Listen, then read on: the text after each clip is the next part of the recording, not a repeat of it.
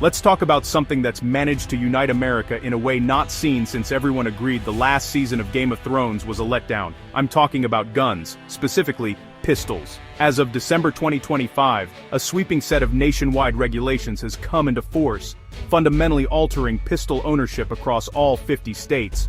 This isn't just a tweak to a local ordinance, it's a seismic coast-to-coast overhaul.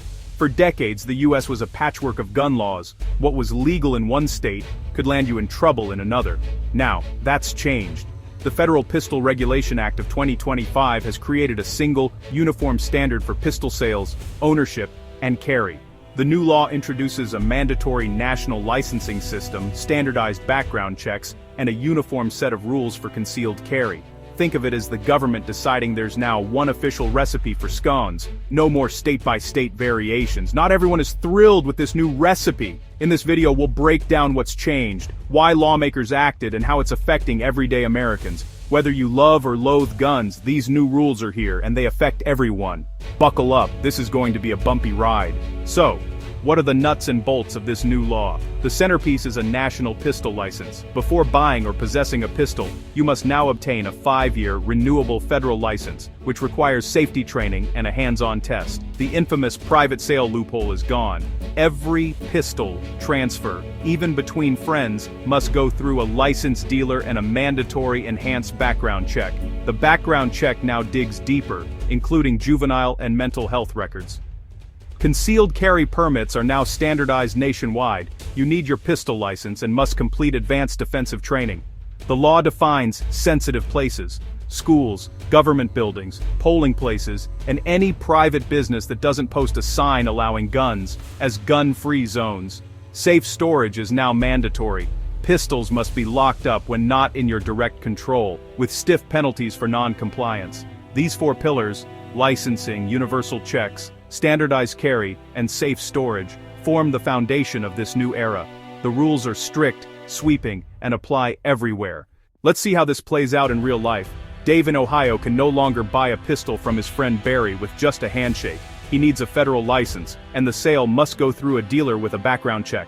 Sarah in Arizona, a new concealed carry permit holder, can't bring her pistol into her child's school or any business that hasn't posted a sign allowing firearms. Most of her daily stops are now gun-free zones. Maria, a sales executive, can finally carry her pistol across state lines with one permit.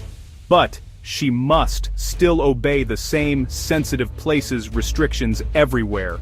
Inheritance is now regulated. Emily, inheriting her grandfather's pistols, must get licensed and process the transfer through a dealer, just like a regular sale. The law treats all transfers, sales, gifts, inheritances the same, ensuring every new owner is vetted. The days of casual, unregulated pistol transfers are over. Carrying is more consistent but also more restricted. The new system is clear, but it's also demanding. For many it's a major adjustment, for others it's overdue. Either way, the rules are now the same for everyone. No more legal minefields at state borders. Why the sudden dramatic change? The Supreme Court's 2022 Bruin decision created chaos, with states scrambling to rewrite their gun laws. The result, a confusing mess that satisfied no one. Lawmakers argued that only a single national standard could fix this legal quagmire. Gun violence and trafficking across state lines added urgency.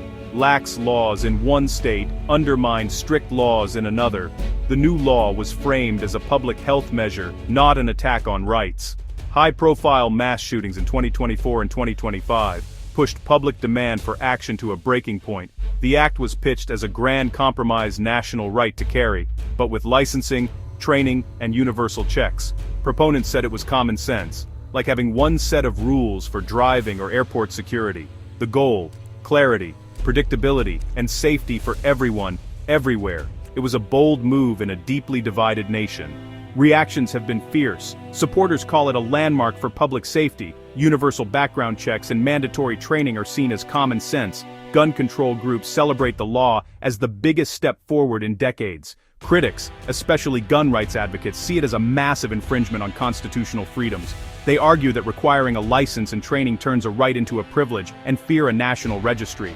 The cost and complexity, they say, will hit poorer Americans hardest. Restrictions on carrying in businesses are seen as a backdoor ban on public carry. Even the compromise elements anger both sides. Gun rights groups hate the restrictions. Gun control advocates dislike the national shall issue standard. The law has been called a compromise everyone hates, a testament to the challenge of finding middle ground on guns. The debate is far from over. The real impact is felt in daily life. Mark, a retired mechanic, now faces fees and training requirements he finds burdensome, plus the cost of a gun safe. He feels targeted by rules he sees as punishing the law-abiding. Chloe, a mugging survivor in the city, finally has a clear path to a carry permit. She finds the process demanding but empowering. For her, the law opens a door to personal safety. Mr. Chen, a small business owner, must choose whether to allow guns in his store, risking alienating customers either way. He's caught in the middle of a culture war he never wanted. Police officers now have clearer rules, no more guessing about out-of-state permits, but face more armed citizens, adding tension to every encounter. The law brings new certainties and new anxieties. For some, it's a relief. For others, a source of stress. The consequences are deeply personal and far from simple. The law's reach is everywhere, from rural homes to city streets, from shop counters to police patrols. America is adjusting, one story at a time. This law does more than change rules. It reshapes America's relationship with guns. Gun ownership now requires training, licensing, and government approval, a major cultural shift. Pistols are no longer just tools, they're regulated equipment. The law forces a national conversation about where guns belong, drawing new lines in public and private spaces. For some, the uniform rules bring clarity. For others, they feel like federal overreach. The law could unify or further divide the country, deepening resentment in states with a tradition of minimal regulation. The definition of a responsible gun owner now includes passing tests, securing firearms, and knowing the law. This may lead to safer, better-trained owners, but risks alienating many who see it as an attack on their liberty. The cultural battle lines are redrawn, and the debate is far from settled. America's gun culture is being redefined, one regulation at a time. In summary, pistol ownership in America has been fundamentally changed. The patchwork of state laws is gone, replaced by a single demanding federal standard. National licensing, universal background checks, standardized carry, and mandatory safe storage are now the law. Supporters see more responsible gun owners, critics see lost rights and new burdens. The impact is personal, complex, and unfolding in real time.